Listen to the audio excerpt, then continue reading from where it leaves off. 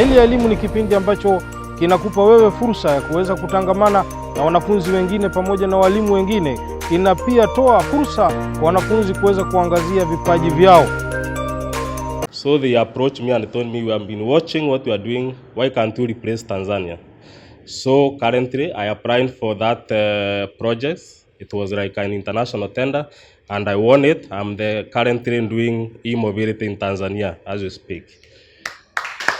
So in that line, the National Treasury and the Ministry of Industrialization realized that at least we can be able to support this thing further as an homegrown solution.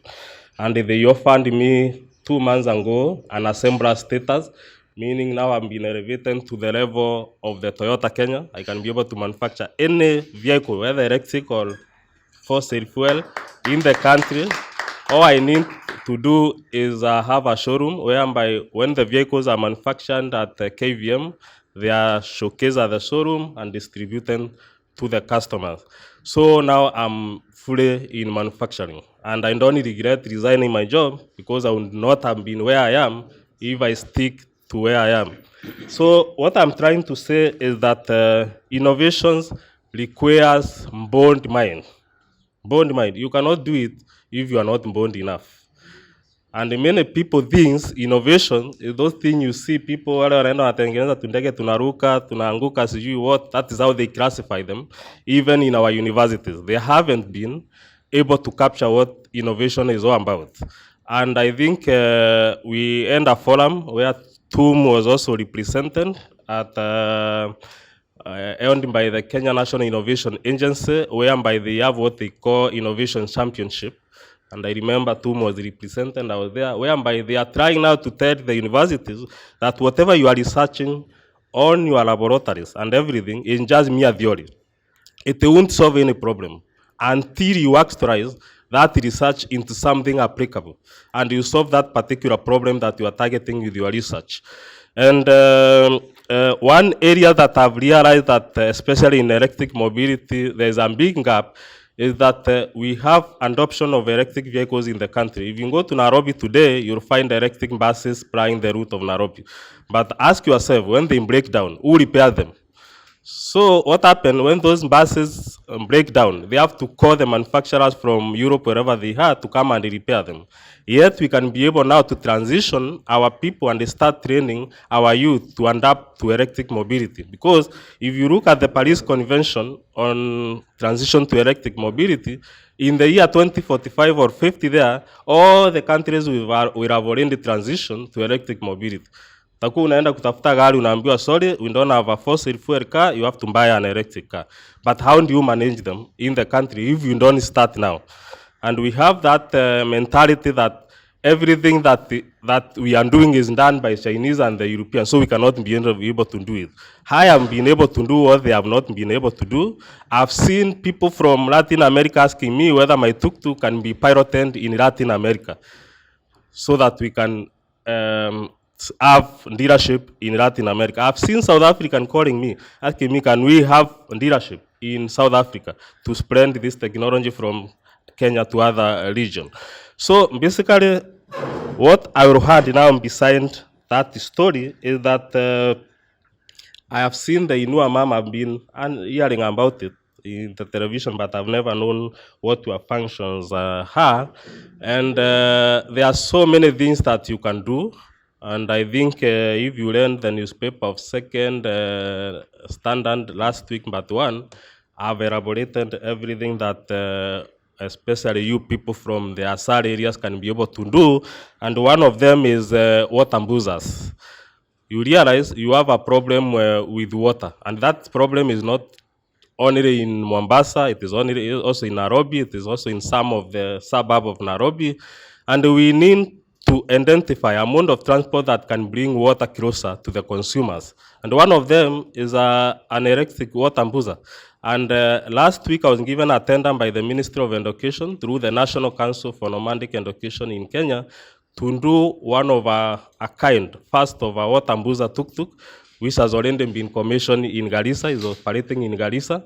And that tuk-tuk can actually be used in all areas, Mombasa, Lamu, Kisumu, every places to distribute water in small scales to schools, to homestead, and all those areas. That is a job that the Inua Mama can be able to do and adopt it and do it as a group, get as many watambuzas as possible, and bring water closer to the homestead for these people. We have a lot of youth who are unemployed and who can be able to use those watambuzas to get water from far and bring it closer to the users for consumption. The other thing that I intend, one of the things that I intend for National Council for Nomadic Education is when I visited Tana River, I was visiting one of my friends who is currently the CEC for finance at Tana River, who happened to be my classmate, and we stayed with him in a single room for 10 years before we got a job. And we got the same appointment at the same time. And when I went there, the first thing I told them, I've identified a lot of madenge along those routes. And when I went back, I studied about madenge, and I realized it was introduced to form an habitation in those areas. But later on, it turned out to be a menace to the people in those areas, in the sense that when the goat eat those madenges, I hear they lose their teeth and finally dies. When you are pricked by the thorn from those madenges, you can easily, even your leg can easily be amputated because they are very poisonous. So, but what those people have never known is that madenge is the best quality ingredient for making briquette charcoal. They have never known that. That is the best ingredient charcoal. So I told the National Council, madenge that grows along the, some of it along the Tana River Basin, especially in Garissa, that region, madenge plant. I think, I don't know what each other name is called. Yeah, so madenge is the best ingredient for making briquettes. And all what we need is briquette machines, which are very, very cheap. We did some machine for Nakonek last week.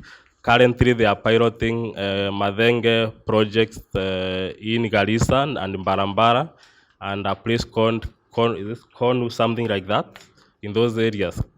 So this is something that women can take when they talk about energy, and they start even exporting a lot of maca. And they tell people not to cut down these other trees. They utilize the madenge, and what the Nakonek are doing, they have another kind of a plant which they are replacing with madenge. They give you those plants for free. You plant them to replace the madenge. You cut down the madenge, you make briquette, you replace them with the other more friendly plant, which is also more habitable for those areas. So they have already introduced that, and I'm working in court with the CEO of Nakonet, who is Aaron Mohamed. I don't know whether you know him, working under the Ministry of Education. So that is one area that Inua Mama can really capitalize on, and he'll make billions of money, not millions, because briquettes are very expensive. If you go to the supermarket, you realize briquettes are not like the normal charcoal. They are very expensive. The other project is about fruit farming and variation. I heard the youth mention that they are doing planting of trees. In the year 2017, when I was introducing my innovation to the government, I also thought of this idea of how can we diversify from telling people to just plant trees and then diversify into planting fruit trees. And the essence of this is that even when you look back to villages where we come from, if you find an avocado tree in your homestead, you may be told this tree has been here for more than 40 years. But you will never find these other indigenous trees which has been there for 40 years. They were cut down to do maca. So basically meaning, if we sensitize the communities to diversify into doing fruit farming as agroforestry, they will find the value not in the tree, but in the fruit, which now they can use the fruit to do value addition, or even for export. Like now, we are required to produce a lot of avocados for China, but we cannot meet that capacity. Because we, even in government, are busy telling people to plant trees. But these trees, after they grow up, these people do not see a tree. For them, the environment does not come in. They see this tree can produce charcoal, this tree can produce wood or mbao ya kujenga, so it will be cut down. You can imagine how long a tree takes to grow to that stage. So even if you do another one, still they will cut it down. But if you do fruit farming, and I really thank the county of Makueni, because you can see what Kibwana is doing, this place is now turning green. And the other sample case is Kambiti area of Muranga County. Me, I normally use that route to go home. Initially, that place used to be undersand. When they came in, they introduced purely fruit farming. So if you go there, you will see forests of mangoes, forests of oranges, all those stuff. To understand that now Muranga has built a factory to do value addition for fruits in Muranga. So what you'll find along the way when you are coming from Embu to Nairobi is women and youth sitting on their own side selling fruit of all type. That's an economic benefit. It's an innovation. It's as simple as that. How can you sensitize people to start practicing fruit farming as agroforestry so that they can see the fruit as a value and they take care of this forest? So that is one of the other areas that women can be able to take forth. The other thing is projects on building. You realize most of the interiors, like Kwale, this, Rikon, and the rest, people are looking for building blocks. But now we have a new technology whereby actually you can use interlocking block made from land soil and some little sand to do block that can build even cheaper houses than the normal block. All what you need is an interlocking machine which are actually produced even at Kariobangi and in Nairobi. So that you can sensitize women to start producing these interlocking block and help the communities to construct. When I see Amanda who's currently in the 21st century, I get bitter. Because we have soil which is readily available, we have sand locally available, and we buy mfuko moja inatengeneza more than 1,000 interlocking block ya simiti. Yet we will find people living in mandaus. We are mad. So what we really need to do is sensitize those communities to start doing this small project under those initiatives like Inua Kenya to be able to construct well and in decent houses at a very affordable prices. Personally, I started that the two projects I mentioned, the fruit farm. When I went there, I told the Director General NYS under my office, Research and Innovation, beside the tuk-tuk, I now want to introduce agroforestry for fruit farming. And I was given 150 acres in Athi River, Yatta County. Those who have ever gone to that place, we have NYS unit there. I took 150 acres. In this 150 acres, I subdivided it into block. One block, like 7 acres, is purely avocado, as avocado. You will go to another block, another 7 acres, mangoes.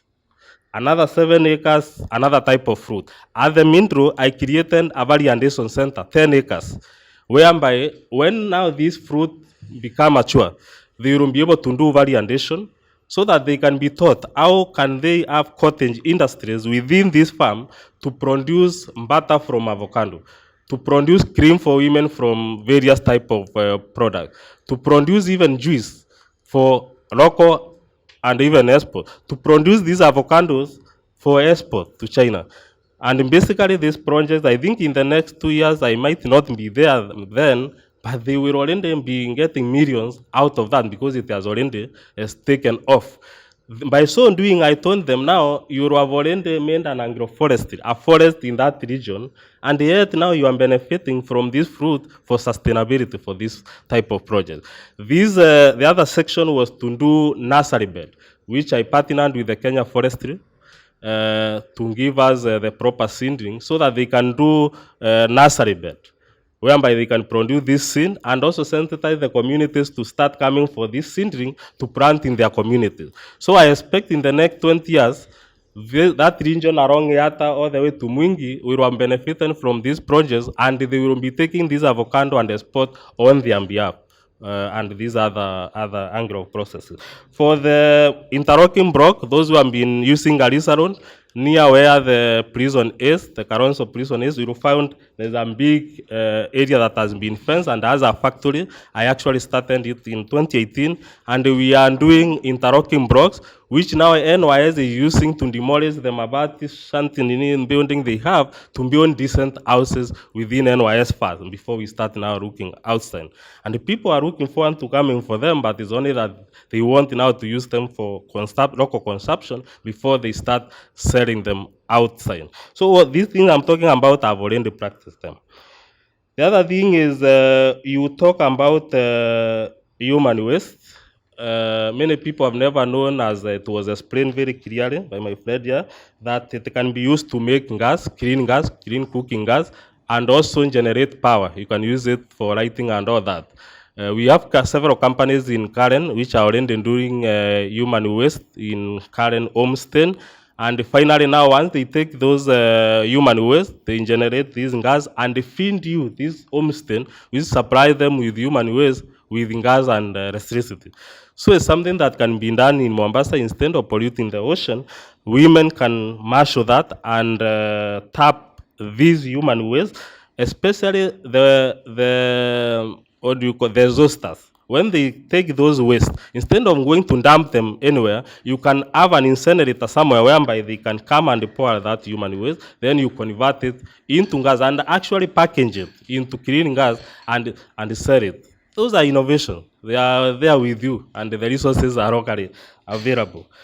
I asked youth ask about climate carbon credit count. And I think I really want to tell you there is a project called the Green Climate Fund and the Ministry, the National Treasury, which is the designated entity, and the NEMA are the accredited entity by the GCF, which is headquartered in Korea. And what they are doing, they are taking proposals, even as we speak. They are taking proposals whereby if you are doing something like what we are calling waste management, that is an adaptation to clean the environment. You do a proposal on that and show them what are you doing, what are the benefits to the communities, or how is it sustainable. Then they give you to a tune of $10 million. That is 1 billion Kenya shillings, which is the minimum, to pump into your projects. And all what you need to do is do a proposal and they take it to NEMA, which is scrutinized by Treasury, then sent to Korea, the headquarters, for them to give you funding to do all these climate things we have talked about here. They can be able to do them, whether it is a mitigation project or an adaptation project. NEMA will be able to do that. And a contact person there is called Wamboi, who is in charge of climate action. And Wanjoy, if you go to the headquarters and ask for those two, they can guide you on what you really need to do about it. On e-waste management, especially when it comes to gadgets, these gadgets, you see the phone, the computers and the rest, they are also good. Those components, they are recycled through an e-waste management. And we have a company which is managed by the UK and some local innovators in Nairobi at Embakasi, which is converting this e-waste or e-waste into something that can be sold outside, like copper. They take copper from these computers and the rest and convert it in something else and sell it for a lot of money.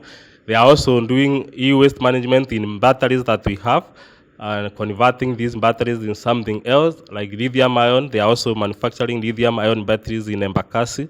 So all these things can be catered for, and you can actually form a center here where you collect all these e-waste products and take them to Nairobi as a product and sell them to them. And when we come to plastic waste management, I think this is also a very creative project. I've seen people win billions of money on this e-waste management because this is a global menace. And one of the products that you can make from plastic waste is the benches that can be used for tourists to sit in this park that we have in Mombasa. It can make benches, it can make fencing posts, it can make so many other products. So it's something that you really need to take as Inua Mama as a project and then do it, and the machines are the extruder machines for that purpose are being done at Kariobangi in Nairobi. So it's not something that you require a lot of money even to start up. All what you need is to have a proper proposal.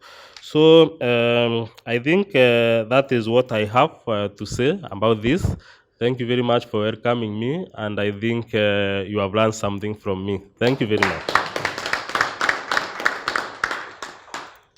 Yesterday we had the privilege of visiting Kenya Vehicle Manufacturing Plant in Thika, where he has a godown dedicated to him by the government to assemble vehicles locally, and he's doing it. He's talking from a practical point of view. I had the privilege to go there with the youth leader, Becky, and we were taken through the processes of making vehicles, all the way from the importation of the kits up to the assembling and KRA customs exit point. And all these vehicles that we see on the road, the brand new vehicles, some of us didn't know that they come from Kenya Vehicle Manufacturing Plant in Thika, which is co-owned by DT Dobi and the government of Kenya. What we are saying here is that from the practical perspective that he has given us, you can see the need as to why we should move with speed and strategize our talks towards coming up with bankable proposals to present to this initiative or these funding institutions. He is a living a living example of somebody who quit banking into where he is today. Inua Mama Mashinani. Time has come. I look at the numbers that you have, 2,000 plus, that 2,000 from the proposals that we received, but I'm sure there are more than that. Madam Justina is working on a document that will be presented to the United Nations Women Trust Fund for purposes of funding. But since we are in Mombasa, we are looking at options within which we can tap into other funds. You've heard about AutoTrack. AutoTrack is a manufacturer of vehicles, e-vehicles. The founder and managing director is here. Kenya Green Alliance will soon be signing a dealership with them countrywide, which will mean that in every county there will be a subcontracted dealer. The women can take advantage of this and say we are 7,000 of us. Each of us contribute 1,000 shillings. It's 7 million Kenya shillings. Can we have about 30 electric tuk-tuks on the road? By the end of the day, if these electric tuk-tuks will give you 500 shillings each per day, by the end of the month, you have in excess of 3 million shillings in terms of sustainable revenue. Then you go back now and say, how do we mitigate, how do we adapt and move away from finishing our forests on the road? Our friend here talked about trees of this kind being burnt into charcoal. The guys doing that are not to blame because they have no alternatives. But in this climate week that we are looking at, if the women can do that and be the dealers of AutoTrack in Mombasa, Kwale, Lamu, and Taita Taveta, Kilifi, then what we will say then, out of the revenues that they will be getting on a daily basis, they sign up with another team, like the biogas team now, get cylinders, get licenses. If he got the licenses to manufacture vehicles, why should you not get cylinders if you are in excess of 2,000 plus? So that then you have revenue to buy the cylinders, you have revenue to refill the cylinders. And then you scale up your investments into the water boozers. So you have solved the problem of charcoal, and these charcoal burners can be trained to be truck drivers of the tuk-tuks and the water boozers. Then we have now solved the issue of using charcoal as fuel in our houses because we will have revenue to refill these cylinders. This is practical. We don't need the United Nations. So going forward, I think that is one of the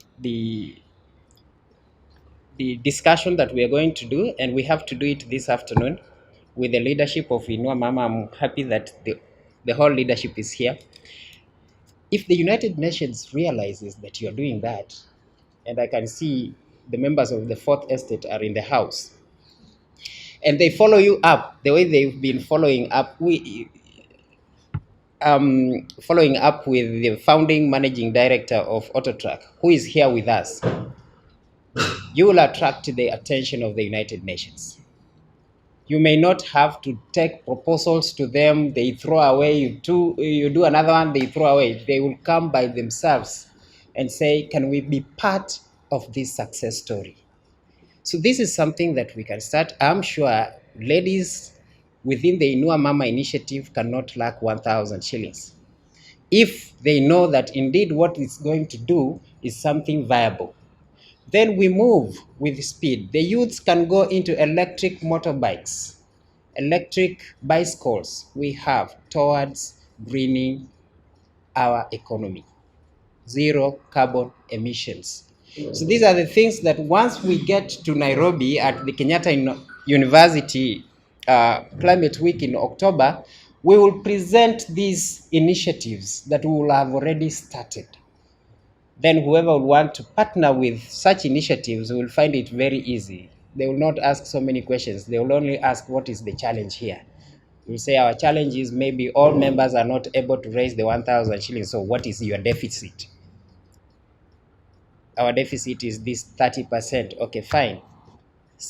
Deal sealed. But if we take a proposal from grassroots that has no beginning or end, then we will take too long to actualize it.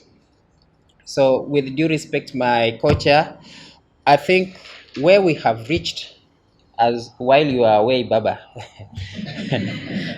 where we have reached is that we have heard from Autotrack founding director, and he has opened up our thinking. And I'm sure he has instilled some sense of impetus into our thinking towards greening the environment.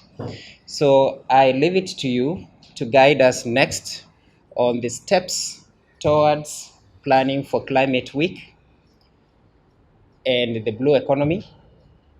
Then we can finalize on that. Thank you. Thank you. Thank you for being busy working here and there. But I came in when Guantai was giving you the practical bits of what he has done. And the fortunate thing that in our Mama group, the Lamu, Wajir, you are talking to an authority who is doing the practical bits of the project. So I'll expect Madam Stella with your team to really engage Mr. Guantai. Now, the other thing we need to realize is that you are at the Technical University of Mombasa. This Technical University of Mombasa has 5 faculties. It has a faculty of applied sciences. It has a school of business. It has an engineering faculty. It has a human studies faculty, and it has the Institute of Computing Technology. This is a facility that is open for you people. Apart from your brothers, sisters, children studying here, where we are holding a meeting is the Directorate of PRI, Partnerships, Research and Innovations. I have brought you to this office. Going forward, Stella and your team, the office here, come up with innovations that you want to partner what you have been guided by Mkwatai. On briquettes, for instance, the seaweed that you see along the shore, when it is dried, mixed with soil, that becomes a briquette. And it's all over along the shore. So it's just a question of Inua Mama coming up with a way of collecting that seaweed, then have it mixed, and the university is here. Bring the proposal talk to the research and innovations department.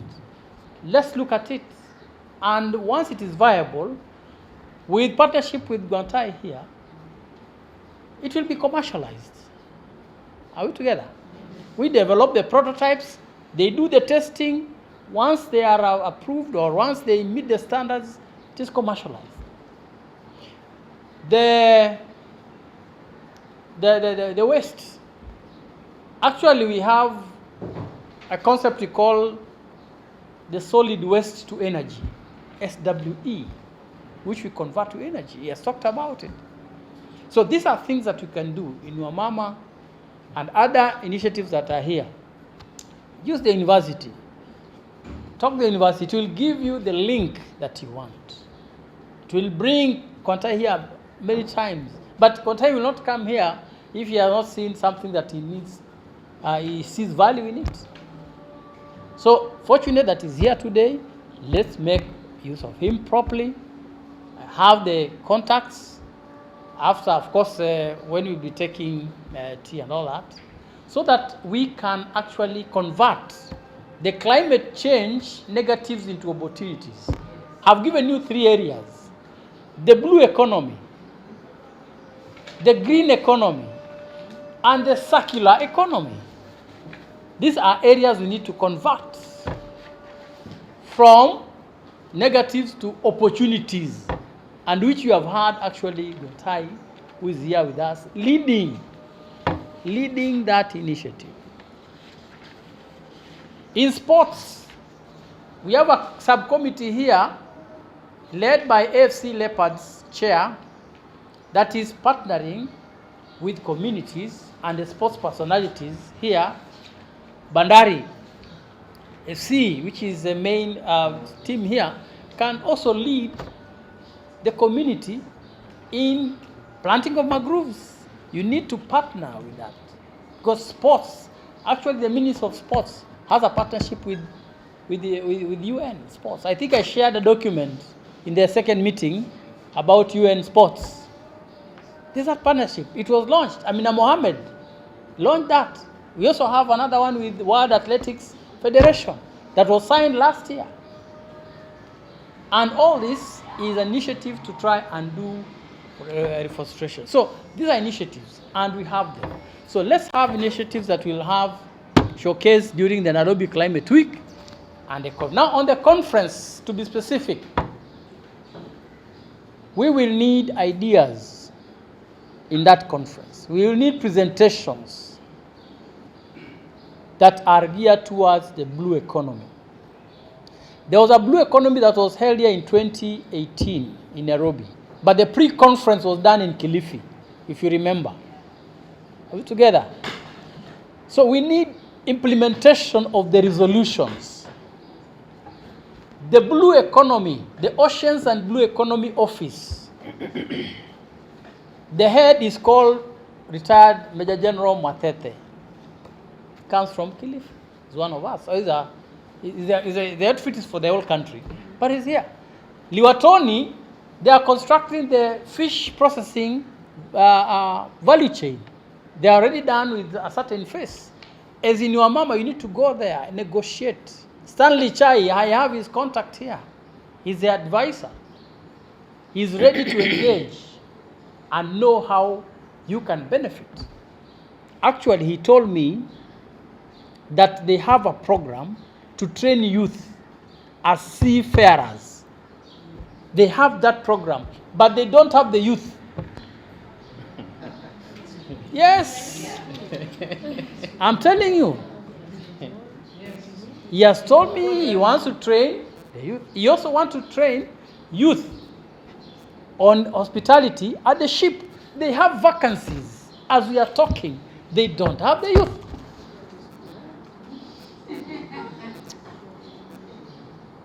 Now, wako hapa Liwatoni, they are just here across. Senator, I'm challenging you. Talk to Chai. I'll give you the contact of Chai. Tell him you're being given the contact by Kimali. I was with him on Saturday, and on Sunday rather, and he told me they want to train the youth. They are ready to train and employ, but they are not finding youth.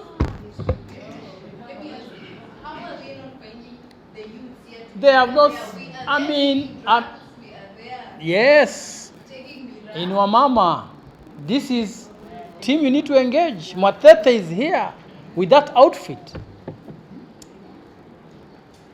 I'll give you the contact of Mr. Chai. Tell him you have been given the contact by Kimali.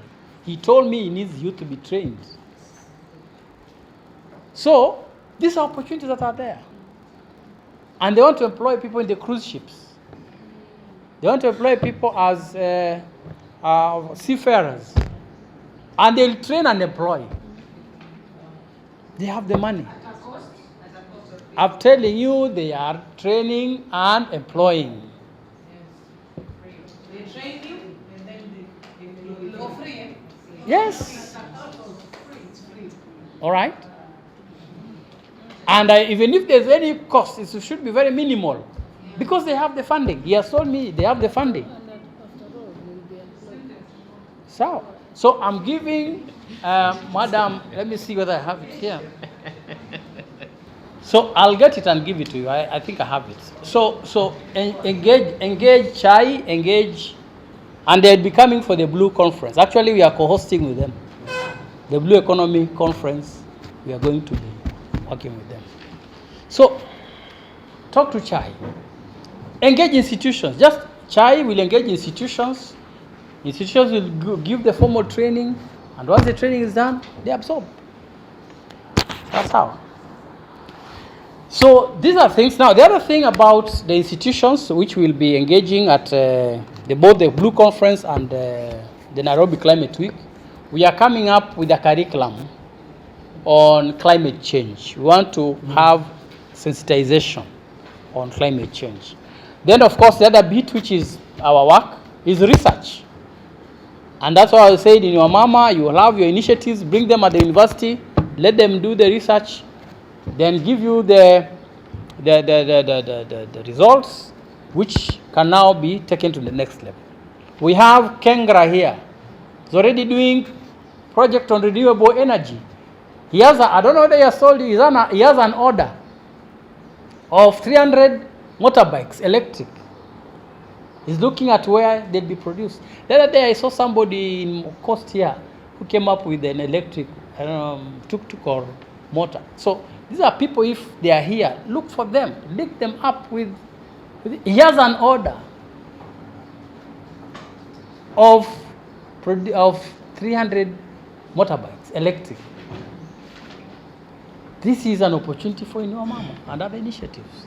Look for that market, link him up, you get your commission. Are we together? Yeah. I've seen charging systems at city malls. Yeah, electric cars. There's somebody, I think I saw it a few weeks, who is doing some. So look for him or her, link him up, and get that order done. Then you get your bit, he gets his bit, and there you are. So as I've said, we are going to do the research. We're going to engage in curriculum development on climate change, and of course, sensitize more people, the youth and the women groups. And let's work together. Let's work together. And I appreciate Madam Stella for bringing the team here. We have somebody from Wajir, Halima, welcome, and from Lamu. So Taita Taveta, you had said somebody was coming up. Yeah, we have Taita Taveta. It's a good engagement. Let's have this discussion. Now, let's also have Mr. Nyawara giving us one or two, and then, Mr. Nyawara, before you talk, let me introduce a team from Nairobi here to say a word before Millicent say a word and then give charity.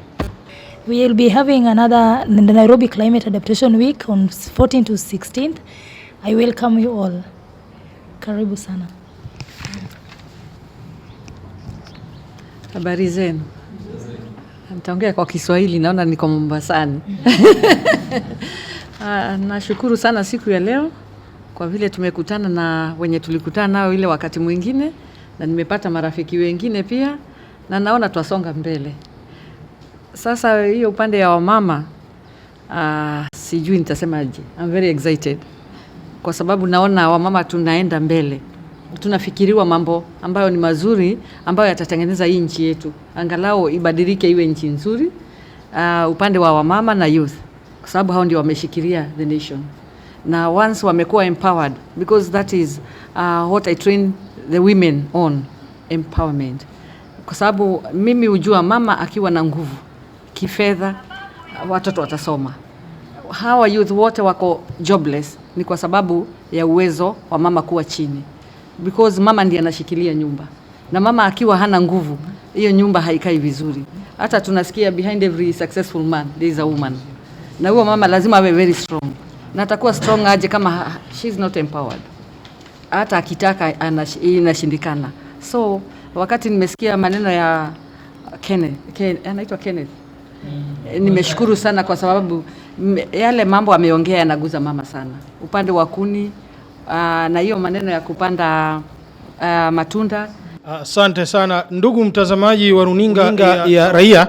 Hiki ni kipindi cha Meli ya Elimu, na kama unavyoona tuko kwenye kongamano hapa katika jiji hili la Mombasa, chuo kikuu cha ufundi TUM, ambapo wanakamati wamekongamana kuweza kufuatilia mkutano wa awali ambao uliandaliwa jijini Nairobi katika chuo kikuu cha Nairobi, na ni kuhusiana na masuala yanayohusiana na ongezeko la joto duniani pamoja na hali ya kupunguza joto hili, ikiwa kwamba hii ni tabia ya nchi, na vile vile wamekongamana kuweza kuangalia pengine ufaafu upi unatokana na uchumi samawati, yani uchumi wa baharini. Na vile vile yapo mambo mengi tu ambayo yamezungumzwa. Kumbuka tu anayeongoza kikao hiki ni Jean Kimali Mutuku ambaye ni mhadhiri katika chuo hiki, na vile vile ameweza kukongamana na wenzake akiwapo bwana Bwantai ambaye ameweza kutoa hotuba yake muda mfupi uliopita, na vile vile bwana Paul Watila Chesoli ambaye pia ni mkurugenzi mkuu wa Kenya Green Alliance Kengra, pamoja na wadau mbalimbali. Naona pia vile vile yupo director wa Inua Mama Kenya ambaye yuko katika kongamano hili. Vile vile naweza kumuona Reverend Timothy kwa mbali. Basi nitaweza kuwapa fursa tu ya kuweza kuchangia mawili matatu kuhusiana na ufaafu wa kubadilisha hali ya mazingira katika taifa letu, hususan kuweza kupunguza joto duniani. Kumbuka tu kwamba hili ni janga ambalo limekumba taifa zima. Madam Stella.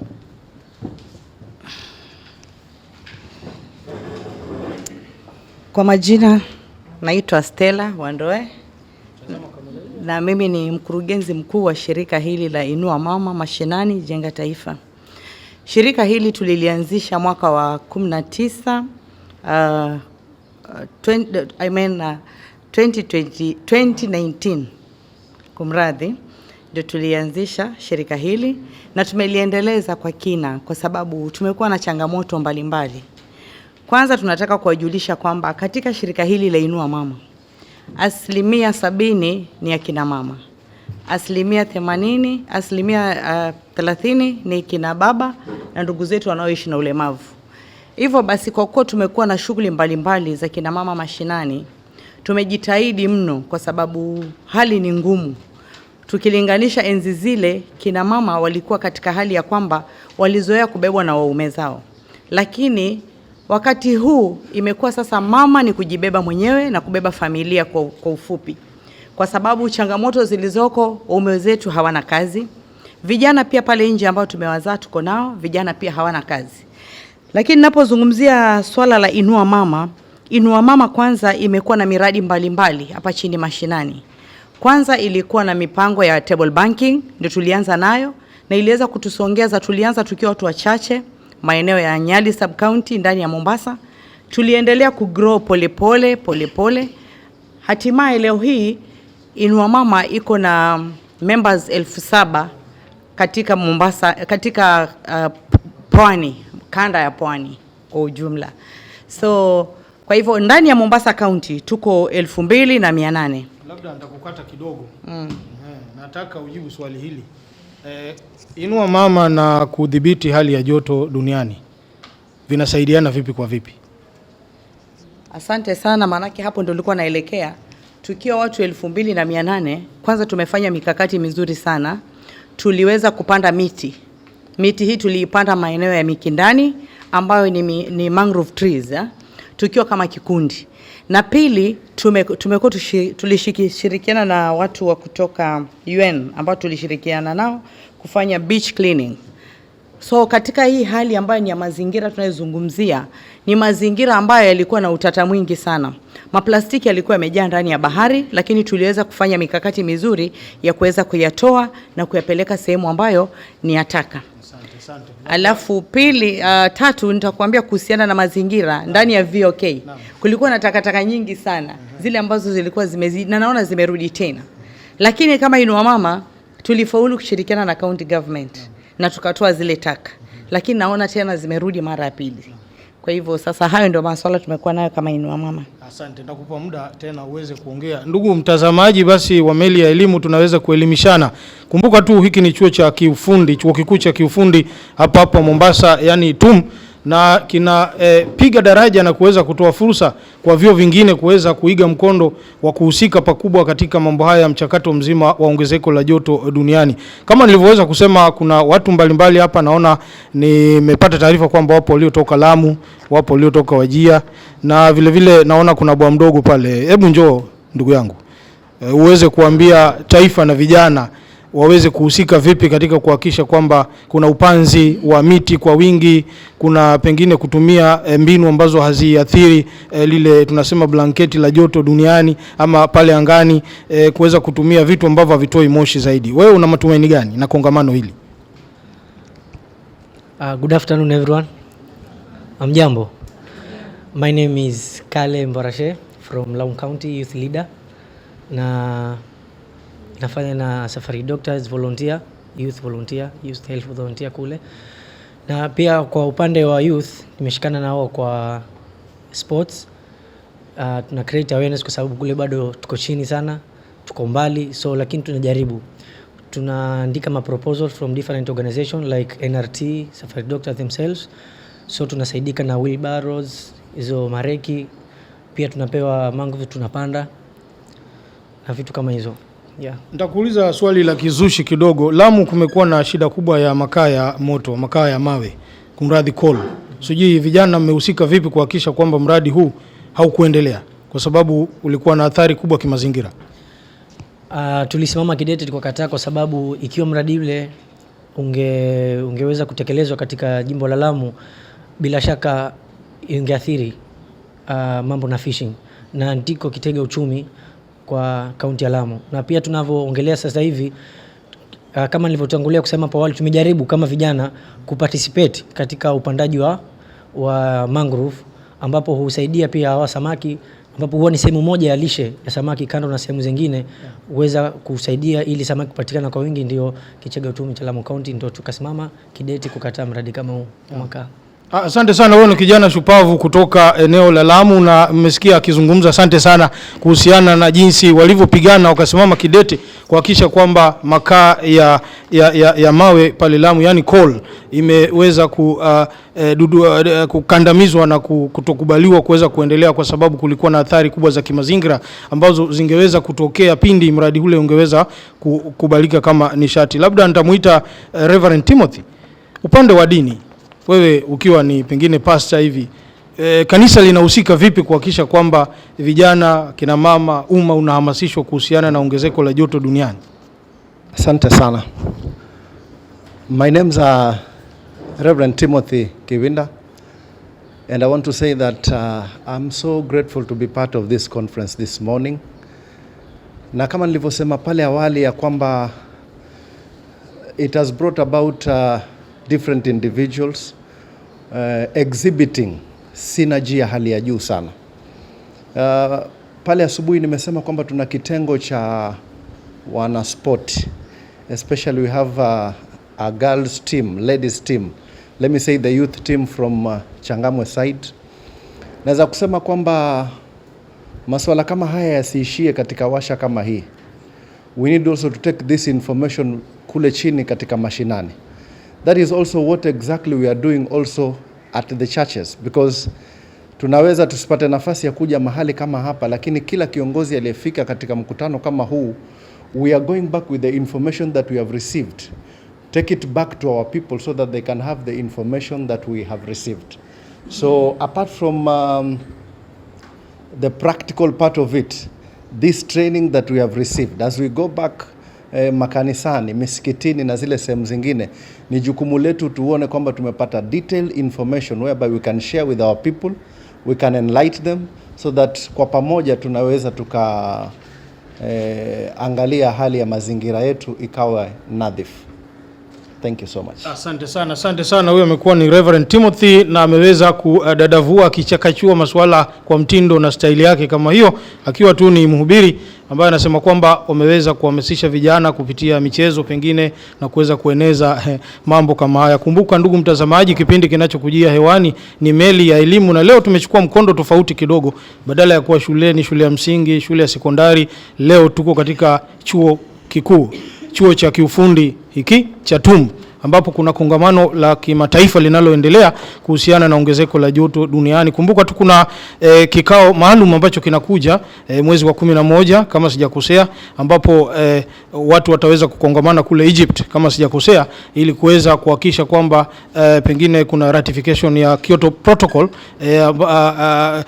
tunasema ule mkataba wa kimataifa uliowekwa kuhusiana na ongezeko la joto duniani. Vile vile nafikiri kabla sijamalizia, wale walikuwa wamezungumza wapo, na kuna mmoja ambaye pengine atafanya executive summary kabla tufunge kipindi hiki, na ikiwa pengine unataka kuchangia ama unataka kutoa hoja, bado nitakupa fursa. Unaweza kuinua mkono nikafika mahali huko, kwa sababu huu ni mkutano wenu na mimi niko hapa kama nahodha. Tunaona kuna ndugu yangu pale amepiga koti nzuri kabisa, nafikiri hata mimi nitatafuta kama lake. Njoo kaka uweze kuchangia. Kuna kwa sababu ya kamera utakuja usimame hapa. Kumbuka tu kwamba ndugu mtazamaji, hiki ni kikao kinachofuatilia kikao cha kwanza ambacho kilifanyika jijini Nairobi, chuo kikuu cha University of Nairobi, ambapo hii leo Bwana Jean Kimali Mutuku pamoja na wenzake Bwana Peter Watila Chesoli, naye mwenzake huyu Bwana Bwantai wameweza kukongamana hapa na wanakamati kuweza kuhakikisha kwamba wanafuatilizia mkutano wa awali wa Nairobi ili kuandaa kongamano la mwezi wa 11 kuhusiana na ongezeko la joto duniani. Naam. Kamera yako ile. Amjambo. Mimi kwa jina naitwa Hamisi Salim kama nilivyosema pale mwanzo. Na mimi katika Inua Mama ni wale waanzilishi wa kwanza kabisa, nikiwa yule mwanamke silent katika hiyo group. The silent women in Inua Mama. And this journey has been very difficult, lakini at last there's some fruits tunaona. Mama kidogo amesahau. Tumepeana watoto wale wajiwezi mabasari. Nafikiri hiyo tumejaribu sana wanafunzi kadha, tukawasoti na basari wakaenda shule. Sasa tukija kwa hasa hili swala letu la mkutano wa leo, ni kwamba nikiwa nimetoka katika kikundi cha Inua Mama Shirika Jenga Taifa, na vile vile nimesema pia mimi natoka kule Kwale, mimi ni mtu wa msitu. Na kweli hii janga la mabadiliko tabia nchi linaathiri kila mtu. Sasa hivi mimi nikitoka Kwale kulikuwa na baridi kali mpaka nikavaa koti. Lakini nilipofika tu karibu na Mombasa nikashangaa nimebeba koti ya kazi gani. But Kwale is very cold, almost like Nairobi. Na it has been never like that kwa muda mrefu, ni kwa sababu ya hii mambo na badiliko ya hali ya anga. So tukirudi pale katika hali agenda yetu, ni kwamba hii hali ya climate change inahitaji collective responsibility, kwa sababu hili janga limekuwa sugu. Lakini katika mimi ombi langu ama changizo langu ni kwamba tumebezi sana katika professional sana ya hii climate change, lakini there's a population stagnant ambayo inaathirika zaidi, na hii population is headed by a woman. If a woman is empowered, everybody in the family is empowered. But now huyu mama mtoto wake ako shule na anaathirika na hii mabadiliko tabia nchi. Mimi kama msaidizi katika hii shirika niko na idea ambayo maybe nitashare baadaye, but I think there's need for us to go back to the drawing board. Na hapa ni kwenda pale kwa wale wako shule. If we don't have experts, I'm very sure hii swala la kutackle climate change itakuwa ngumu sana. Lazima wale watoto kule nyanjani ama kule shule ama pale walipo waelewe what is climate change, na wachukue responsibility by investing their career in climate change, so that we have experts all over. We have local experts who can tackle this. Imagine a daktari anatibu wagonjwa lakini hajui climate change nini.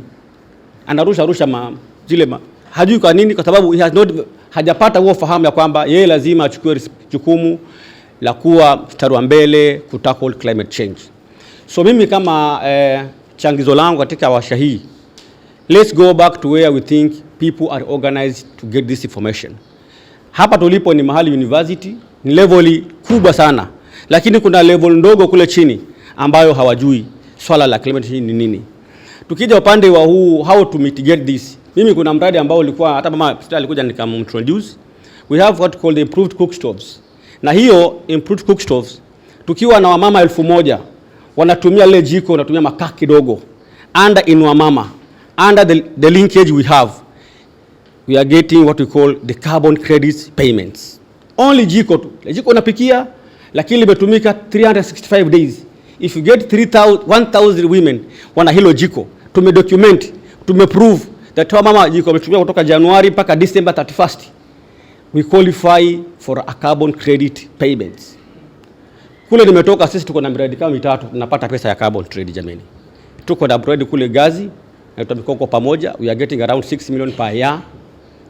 Tuko na mradi kule Vanga na tuko na mwingine sasa tunaanzisha pale wa ule msitu wa Shimbails, ambao the bigger project. Kwa mimi tu la kwamba Inua Mama mashinani should iwe katika wakilishi wa aina mbili. Hapa wewe kuna bahari lazima muwe members wa ile BMU, the Beach Management Unit. Ukiwa hiyo you have that advantage, mko na uwezo wa kudo all issues of marine protection and conservation. As that now mgrupu tu ambayo labda wanawake tukoje pamoja, lakini we don't have that mandate to actually ile liwe kubwa ama nafasi kubwa ya kupata bigger funding. Ya pili, hapa Mombasa tuko na what we call community food associations. Lazima mpaka Inua Mama tuwe member katika ile association. Hapa Mombasa kuna ile Kilindini na kuna kule juu kule Jomvu. So hizo ni vitu tukiwa ndani sisi kama Inua Mama, we are able to bargain in terms of conservation, kwa sababu hizo ni mashirika ambazo ziko mandated by serikali ya Kenya. So that's my take. So my calling is everybody hapa leo ajua kwamba hii hali ya anga ni real na inaathiri kila mtu. Let's take responsibility. Kila mtu achukue jukumu ya kuhakikisha hii kitu inakuwa sawa. Asanteni sana, Mungu awabariki. Asante sana. Asante, makofi kwake jamani, makofi kwake. Ameweza kuzungumza kwa uzuri kabisa kwa mtindo kama huo, na kumbuka tu kwamba kuna Nairobi Climate Week ambayo itafanyika Kenyatta University mwezi wa Oktoba tarehe 14 hadi 16. Alafu vile vile kabla ya kwenda Egypt kutakuwa na Blue Economy Conference ambayo itafanyika hapa TUM the last week of October ama first week of November. Kwa hivyo hiyo ni taarifa muhimu ambayo unatakiwa kuwa nayo, so you can follow up. Na ndugu mtazamaji, kabla sijafunga virago na kuondoka mahali hapa, basi nitaweza kumpa huyu bwana nafasi ya mwisho kuweza kutoa taarifa yake, kwa sababu naambiwa muda unazidi kuyoyoma kwenye kamera kule na hatuna budi ile kutomatisha kipindi. Asante sana ndugu. Hamjambo tena. Wananiita Senator Elisha Kilale. Ningependa kuwashukuru nyote kwa kupatikana siku ya leo. Ni jambo la maana sana kufika kwa warsha kama hii ili tupate mafundisho, tujuzane, tupate elimu juu ya kuhifadhi mazingira. Ningependa kusema hivi, sote tutakapotoka hapa, ile elimu tumepata tuipeleke chini mashinani. Tunafanya ile kitu tunaita kwa kimombo civic education. Mimi kama mwalimu ama entrepreneur, ningependa kusema hivi, mahali unaishi, mahali unakaa, tafuta tatizo, tafuta shida ile ambayo inakumba mwanadamu, mwananchi wa kawaida, na wewe ukapate kuwa change agent. Mnaelewa? We need to identify problems ama issues affecting the common mwananchi, especially on this environment matters, so that you can be a change agent. Nafikiri ideas ambazo tuko nazo hapa ni za muhimu sana, na tukiwa hapa tunaweza kuona kwamba ndugu zetu ambao wanatumia mihadarati tunaweza kubadilisha maisha yao. Tumesikia hapa tukiambiwa kwamba kuna training ya vijana ya nini? Seafarers. Na tena tukawaambiwa vijana hawako. Na wengine wetu hapa wanajua vijana wako, wanakula mkukaa huko nje, wanatumia mihadarati, lakini kwa sababu ya kukosa information. Neno la Mungu linatuambia kwamba tunaangamia kwa kosa, lakini leo tumepata maarifa, si ndio? An iron sharpens an iron. So we have come here to sharpen one another so that we can be sharpeners outside there. So can we go outside and could be ambassadors so that this information can reach other people down there so that we can grow our economy, we can grow our health, we can grow ourselves politically, economically and socially. Thank you so much.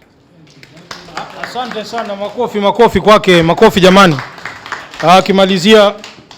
Akimalizia kwa mtindo kama huo, basi ndugu mtazamaji wa runinga ya Raia, sina budi kufunga kipindi hiki kuhusiana na masuala ya ongezeko la joto duniani, mahali ambapo tuliweza kufanya kongamano katika uga huu ama ukumbi huu wa TUM. Na kumbuka tu kwamba huu ni mkao ambao unafuatilizia kikao kilichofanyika Nairobi katika safari ya kuelekea kikao cha mwisho ambacho kitakuwa ni kuhusiana na masuala ya kuweza kurekebisha tabia ya nchi, ikiwa ni ongezeko la joto duniani, upanzi wa miti na kuweza kuhakikisha kwamba katika pembe ya Afrika na dunia nzima kuna chani kiwiti, kuhakikisha kwamba joto hili aliwezi kuleta athari na maangamizi makubwa kwa binadamu. Shukrani za dhati kwa Bwana Jean Kimali kwa kuweza kuandaa kongamano kama hili pamoja na wenzangu ambao tuliweza kuandamana nao, Kea Amani upande wa creatives, vile vile Eunice Kalama ambaye ni director wa kipindi hiki, na vile vile naye Charles Mswahili ambaye ni upande wa mitambo, na vile vile kuhakikisha kwamba kamera zilifanya kazi vizuri, bila kuwasahau wenzangu ambao wamebaki studio, head of production Shadak Mwabuni, vile vile wakurugenzi wakuu wa runinga ya Raia Ann Hamburger pamoja na Henry Lenga kwa kazi nzuri mnaofanya na kuhakikisha kwamba umetupa fursa ya kuweza kufika kwenye makongamano kama haya na kuweza kuangazia masuala nyeti ya kitaifa na kimataifa kama haya. Bila kupoteza wakati na kuaga kutoka katika ukumbi huu, jina langu ni Joseph Nyawara, nikiwa ni nahodha mtayarishi wa kipindi hiki cha Meli ya Elimu katika runinga ya Raia.